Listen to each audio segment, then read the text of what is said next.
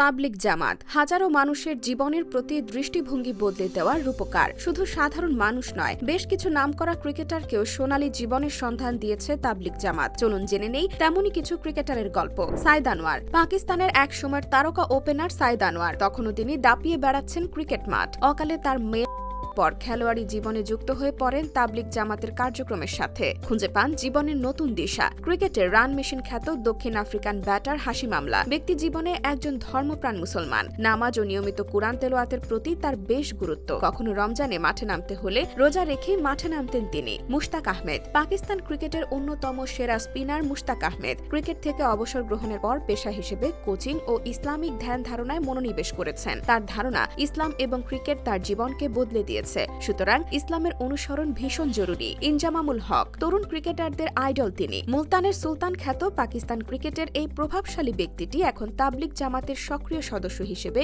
ইসলাম প্রচার করছেন। প্রত্যেক বছর বিশ্ব ইজতেমায় অংশ নেন তিনি। সাকলাইন মুশতাক পাকিস্তানি এই ঘূর্ণি জাদুকর আন্তর্জাতিক ক্রিকেট থেকে অবসর গ্রহণের পর নিজেকে সঁপে দিয়েছেন তাবলিগের কাজে।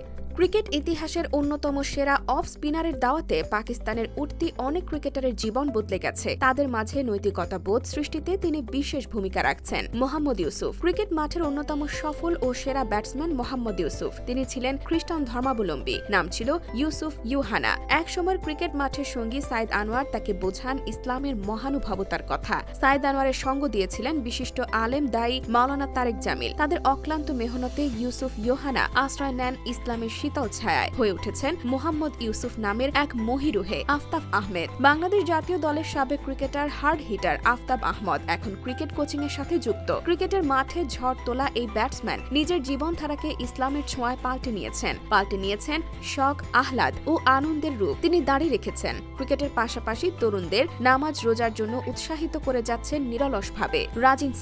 রাজিন সালেহ আফতাবের মতো বদলে গেছেন তাবলিগের ছোঁয়ায়। তিনিও কোচিং এর সাথে যুক্ত। নিয়মিত নামাজ কালাম ইবাদতের সময় দেন এখন। সোহরাওয়ার্দী শুভ হঠাৎ করেই মুখ ভরা দাড়ি, চেহারায় সম্ভ্রান্তের ছাপ। জাতীয় ক্রিকেট দলে এমন পরিবর্তনের কারণ নাকি তাবলিগ জামাতের ছোঁয়া। জাতীয় দলের ক্রিকেটারদের নিয়ে সুযোগ পেলেই তিনি চলে যান তাবলিগে। ইমরান তাহির পাকিস্তানে জন্মগ্রহণ করা দক্ষিণ আফ্রিকান এই ক্রিকেটার স্পিন জাদুতে ভরকে দিচ্ছেন বিশ্বের নামি দামি ব্যাটসম্যানদের। নিজ দলের খেলা ছাড়াও তার স্পিন নৈপুণ্যে মুগ্ধ আইপিএল সহ বিশ্বের প্রায় সব লিগের দর্শকরা। হাশিম আমলার সান্নিধ্যে তিনি বদলে ফেলেছেন নিজেকে। ব্যস্ত হয়েছেন দিনী দাওয়াতে। ওয়েন পারলেন দক্ষিণ আফ্রিকা ক্রিকেট দলের একসময়ের অবিচ্ছেদ্য অংশ তিনি। 2009 সালে জাতীয় ক্রিকেটে অভিষেক তার। তিনি 2011 সালে জানুয়ারিতে ইসলাম ধর্মের ছায়াতলে আশ্রয় নেন। নিজের নাম পরিবর্তন করে নতুন নাম রাখেন ওয়ালিদ। তবে ক্রিকেট বিশ্বে এখনও তিনি ওয়েন পার্নেল নামেই পরিচিত।